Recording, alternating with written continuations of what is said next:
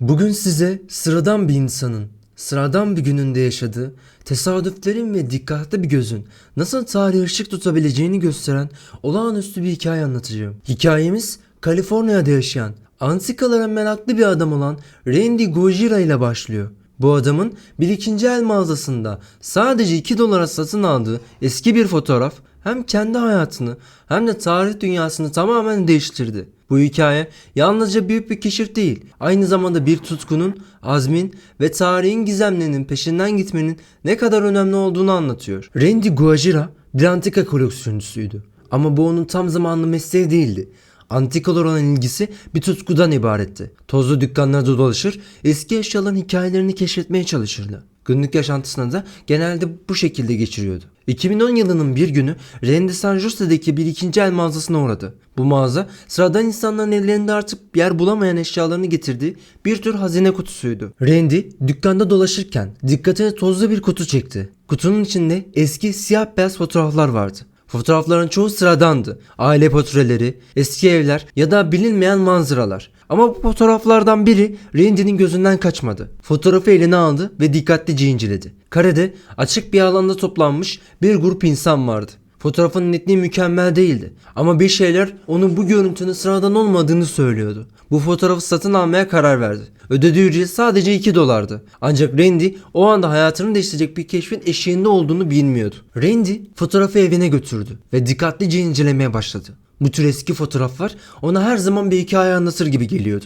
Bir büyüteç yardımıyla karedeki detaylara daha yakından baktı. İlk bakışta sıradan bir grup insan gibi görünen bu figürler arasında Randy'nin dikkatini çeken bir yüz vardı. Bu yüz Amerika tarihinin en ünlü figürlerinden biri olan Billy T. Kid'e çok benziyordu. Billy T. Kid Amerikan vahşi batısının en tanınmış figürlerinden biriydi. Onun hakkında pek çok hikaye anlatılırdı. Bir kanun kaçağı, bir silahşör ve bir efsane. Ancak bu efsanenin gerçekliğini kanıtlayan çok az şey vardı. Billy T. Kid'e ait olduğu bilinen yalnızca bir fotoğraf vardı. Ve bu fotoğraf tarihin en nadir ve değerli eserlerinden biri olarak kabul ediliyordu. Eğer Randy'nin elindeki fotoğraftaki kişi gerçekten Billy T. Kid'e aitse bu tarihi bir keşif olabilirdi. Randy bu keşfin peşine düşmeye karar verdi. Fotoğrafı tarihçilere ve uzmanlara paylaşarak gerçekliğini kanıtlamaya çalıştı. Ancak böyle bir keşifi doğrulamak kolay bir iş değildi. Fotoğrafın otantik olduğunu kanıtlamak için uzun ve detaylı bir araştırma süreci başladı. Uzmanlar fotoğrafın farklı yönlerini inceledi. Fotoğraftaki figürlerin kıyafetleri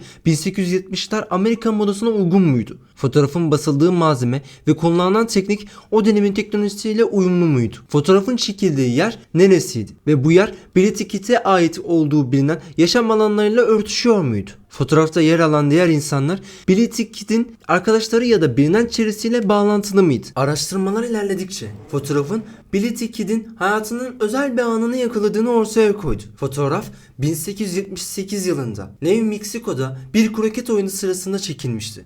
Billy Kid arkadaşlarıyla birlikte sıradan bir gün geçiriyordu. Fotoğraftaki diğer figürler de onun çetesi olan Regulators üyeleriydi. Bu Billy Kid'in bir kanun kaçağı olarak bilinen sert imajının ötesinde daha insani bir yönünü yansıtan bir kareydi. Fotoğrafın otantik olduğu kesinleştiğinde bu sadece Randy için değil, tarih dünyası için de büyük bir haber oldu. Billy Kid'e ait olduğu bilinen sadece bir fotoğraf vardı ve bu yeni keşif tarihin bilinen ikinci fotoğrafıydı.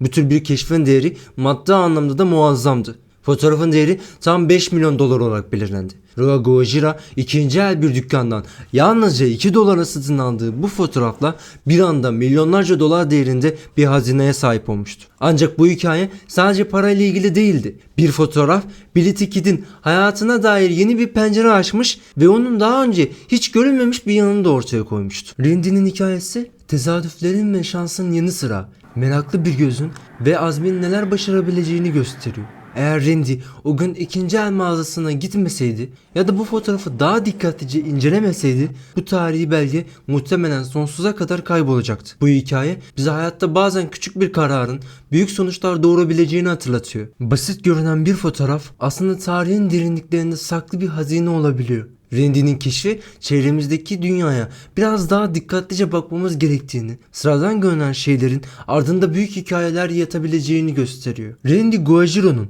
$2 fotoğrafı sadece ona büyük bir servet kazandırmakla kalmadı. Aynı zamanda tarihe ışık tutan bir belge olarak da tarihe geçti. Bu hikaye tarihin her zaman keşfedilmeyi beklediğini ve küçük bir tutkunun bile büyük bir fark yaratabileceğini gösteriyor. Belki de hepimiz çevremizdeki dünyaya Randy'nin merakıyla bakarsak kendi büyük keşfimizi yapabiliriz. Unutmayın, bazen en sıradan görünen şeylerin ardında hayatınızı değiştirecek bir hikaye saklı olabilir. Kim bilir, belki de bir kutunun içinde sizin keşfetmenizi bekleyen bir hazine vardır. Amerikan Vahşi Batısı'nın en ünlü figürlerinden biri olan Billy the Kid, gerçek adıyla Henry Marchetti, kısa zaman olaylarla dolu bir hayat sürdü. Onu bu kadar unutulmaz yapan şey sadece kanun kaçağı olması değil, aynı zamanda genç yaşına rağmen zekası, cesareti ve karizmatik duruşuydu.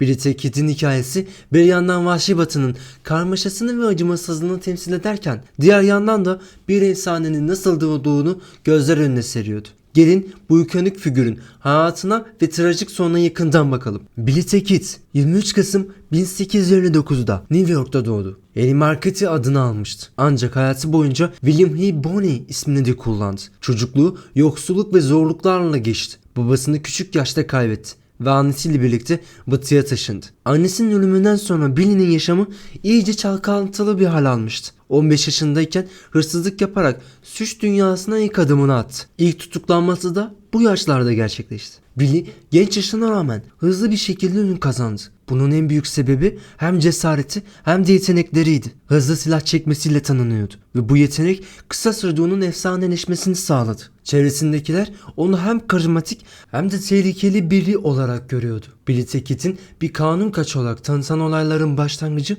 1870'te patlak veren Lincoln Country Savaşı'dır. Bu savaş New Mexico'daki iki güçlü ticari grubun çatışmasıydı. Bir taraftan Muipi Dallon grubu, diğer tarafta ise Billy'nin yer aldığı Towson McKeven grubu vardı. Billy, John Stonetoul adında bir İngiliz tüccar için çalışıyordu. Towson, Billy için bir tür baba figürü gibiydi ve ona güvenli bir iş ve barınak sağlamıştı. Ancak Towson, Muipi Dallon grubunun saldırısına uğradı ve öldürüldü. Bu olay Billy'nin hayatını tamamen değiştirdi. Towson'un öldürülmesi Billy'nin intikam arayışına itti ve onu Regulators adındaki bir grup kanun kaçağının lideri haline getirdi. Konkan Country Savaşı sırasında Billy ve çetesi bir dizi çatışmaya katıldı. Bu çatışmalarda Billy'nin isabetli nişancılığı ve cesareti büyük rol oynadı. Ancak savaşı Milby Dallon grubu kazandı ve Billy artık bir kanun kaçağı olarak aranmaya başladı. Billy the Kid hem halkın hem de medyanın ilgisini çeken bir figür haline gelmişti. Onun hakkında pek çok hikaye anlatılmaya başlandı. Bu hikayelerde Billy genellikle Robin Hood tarzı bir figür olarak tavsiye ediliyordu. Yoksullara yardım eden, adaletsizlikle savaşan bir kahraman. Ancak gerçek efsaneden biraz daha karmaşıktı. Billy'nin hayatı sürekli bir kaçış ve çatışma döngüsüydü.